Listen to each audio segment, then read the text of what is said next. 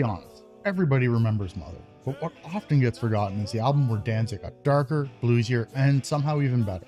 And I'm even guilty of that, mostly leaning into his hits and his debut album. By the time Danzig 2 came out in 1990, Glenn had already done the impossible twice, first with the Misfits and then with Sam Hain. But Danzig the band was different. It was Glenn finally getting the big production, label backing, and lineup he always wanted. The debut from 1998 had been a huge leap forward. It was cleaner, heavier, more controlled, and much more accessible than Sam Hain. Songs like Twist of Cain and Mother gave Danzig a real shot at mainstream credibility without losing the darkness that made him Danzig. Even if Mother did not fully explode until years later, the debut album created some serious momentum. A lot of that came from producer Rick Rubin, who saw Danzig as more than just a punk frontman. Rubin wanted him stripped away from the chaos of Sam Hain and rebuilt as this larger-than-life rock icon. He pushed for a tighter band, a more disciplined sound, and a bigger presentation. By the time this album was being recorded, the album was locked in.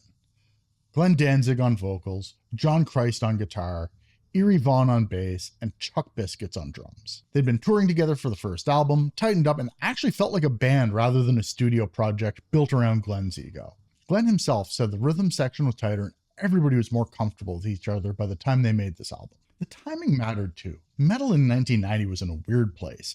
Glam metal was bloated and dying, thrash had become more serious, grunge hadn't exploded yet, and alternative rock was just kind of bubbling underneath the surface. Danzig sat in a strange purgatory, too dark for radio hard rock, too bluesy for thrash, too stripped down for glam, and just too big for the punk underground.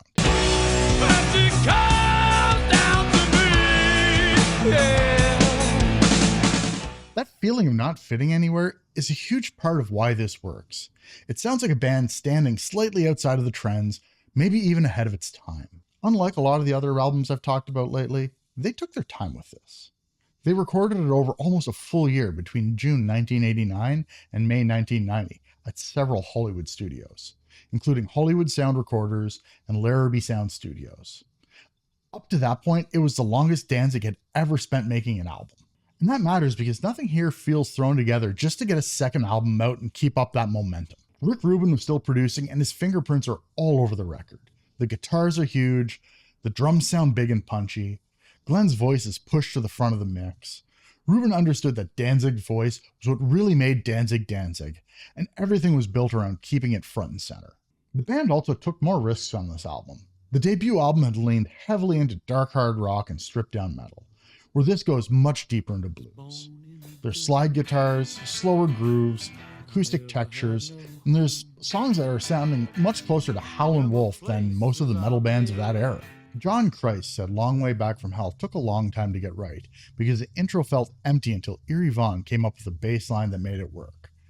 Glenn also said Her Black Wings was difficult to write because he knew exactly how he wanted it to feel and could not settle for anything less. There was pressure too. The debut had worked, the band had a label behind them, Rubin had positioned Glenn as a major star. They needed to prove the debut was not a fluke.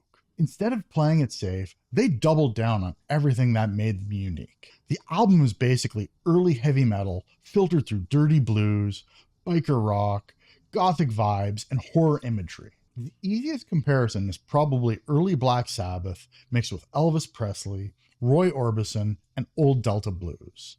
There's definitely moments that sound inspired by Motorhead or AC/DC, but then there's times when Glenn flips a script and it almost sounds like he wanted to remake an old blues record with occult lyrics. There's no denying that these riffs are simpler than thrash metal, but they hit harder because they're built around groove and repetition, a formula that worked on their debut album. John Christ's guitar playing is undeniably underrated on this album.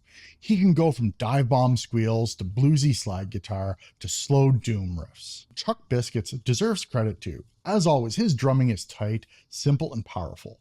Compared to the first album, this is more comfortable and experimental. It leans more into the blues side of their influences, which is a sharp contrast to the debut, kicking down the door and making a statement we're here.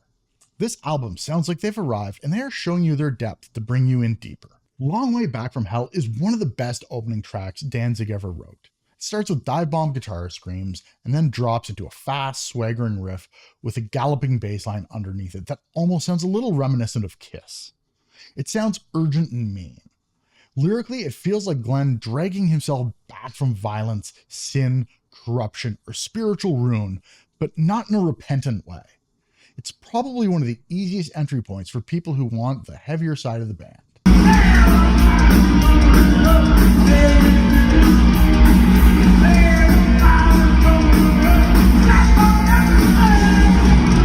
Snakes of Christ is one of the most memorable songs on the album because of its giant main riff and its anti-religious angle.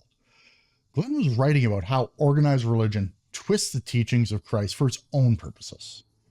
It is catchy, confrontational, and one of the songs that best captures his whole dark preacher Elvis persona. Glenn later pointed out this riff sounds very similar to Sex Type Things by Stone Temple Pilots.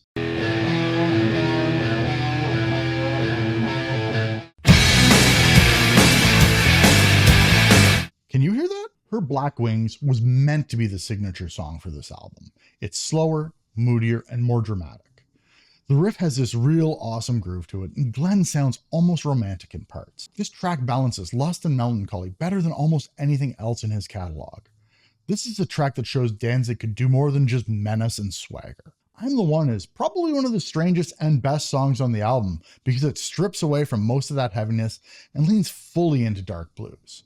Acoustic guitar, sparse percussion, and Glenn sounding more like a haunted blues singer than a metal frontman. I can see why critics felt like it was out of place, but longtime fans love this one because it reveals a completely different side of the band. Blood and Tears is probably the closest Danzig ever got to a Roy Orbison-style power ballad, with hints of House of the Rising Sun. Glenn himself called it one of his favorite tracks on the album.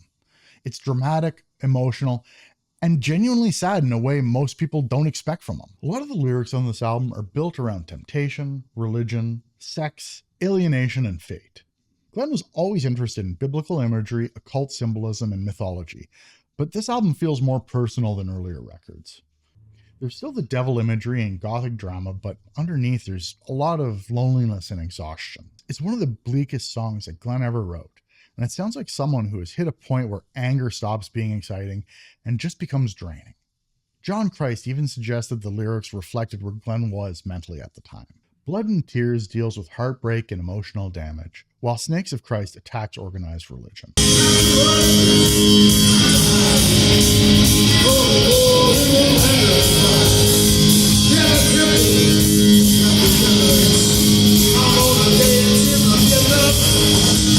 These songs are dramatic, but they don't feel like it's some sort of cheap act, even when Glenn is leaning pretty hard into the devil imagery. This album did not blow up when it first came out. Critics were mixed. Some of them did love the blues influences, while others thought the album was uneven or too different from the debut. There were reviewers who felt the strong songs carried the weaker material. Unsurprisingly, Danzig fans were more positive. A lot of the longtime listeners still see this album as the best Danzig album, or at least part of that classic run of the first 4 records. The album's darker blues direction gave it a more unique identity than their debut. But part of the problem was timing. The album came out right before grunge changed the world. It also came out when metal was becoming more over the top. So it sat in this strange place where it was too stripped down for flashy metal fans, but didn't quite fit with the underground purists either. Today, it's viewed as one of the high points of Glenn Danzig's career. A lot of fans think it's the best Danzig album because it balances heaviness, blues, melody, and songwriting better than anything else he did. The first 4 Danzig albums are often treated as one of the strongest runs in hard rock and metal. But this album is usually the one people point to when they want to explain what made the band special. You can hear its influences in later gothic metal, stoner rock, occult rock, and even bands that mix blues with heaviness in the 90s and 2000s. Without this album, you probably don't get the same version of bands like Typo Negative in their heavier years, or later occult hard rock bands. And let's be honest, this album feels a lot more timeless than a lot of the metal from 1990 because it never chased the trends. There's no attempt to sound flashy, modern, or commercial. It sounds like 4 guys in a room making dark, dirty rock music because they believed in it. And that is probably why this album has so much longevity.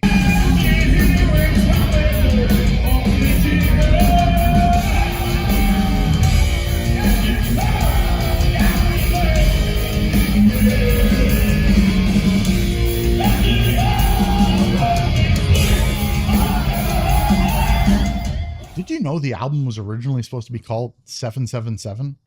Or that Lucifuge roughly translates into flee the light or shun the light? Or how about that early CD booklets unfolded into an inverted cross? The packaging included a Bible verse from John 8:44 about the devil. The distributor Geffen actually refused to put its own name on the packaging because of Danzig's images and themes. I'm the One was actually originally recorded during the sessions for the first album, but they held it back. And the video for I'm the One includes Glenn wrestling a live alligator. There was also a finished song called The Other Side that didn't make the final album.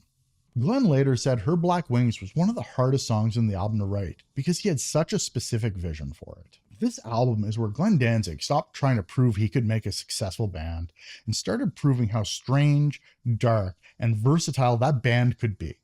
It took the heavy, hard rock of the debut and mixed it with blues, gothic vibes, and occult imagery in a way that felt unique in 1990. The album never became a massive commercial hit, but it built a cult reputation that has only grown over time. For a lot of fans, this is the best Danzig record because it captures the band at the exact point where confidence, chemistry, and ambition peaked. So let me know in the comments, what's your favorite Danzig album or story?